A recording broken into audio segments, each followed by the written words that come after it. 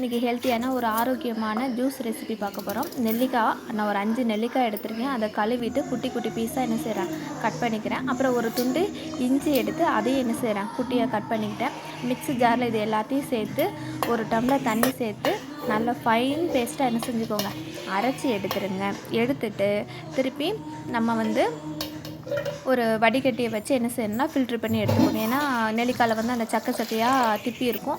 அதை நம்ம என்ன செஞ்சுக்கலாம், நல்லா வடிகட்டி அந்த ஜூஸை மட்டும் எடுத்துக்கிட்டு அப்புறமா ஒரு ஸ்பூன் லெமன் ஜூஸ் என்ன செஞ்சுக்கணும், இதோடு சேர்ந்து கலந்துக்கிட்டு இப்போ நம்ம அந்த ஜூஸை 2 விதமாக குடிக்கலாம். ஒன்று உப்பு சேர்த்து குடிக்கலாம், ஒன்று தேன் சேர்த்து குடிக்கலாம். நான் இப்போ ஒரு டம்ளரில் நான் நெல்லிக்காய் சாறு எடுத்து வச்சுருந்தேன் இல்லையா, அதை ஃபஸ்ட்டு சேர்த்துக்கிட்டேன். அப்புறம் அதுக்கு தேவையான அளவு தண்ணி சேர்த்துட்டு ஒரு டம்ளரில் நான் உப்பு கலந்துக்கிறேன். இனிப்பு பிடிக்கிறவங்க இன்னொரு இதில் தேன் கலந்துருக்கேன். ரெண்டுமே சூப்பராக இருக்கும். ரெண்டுமே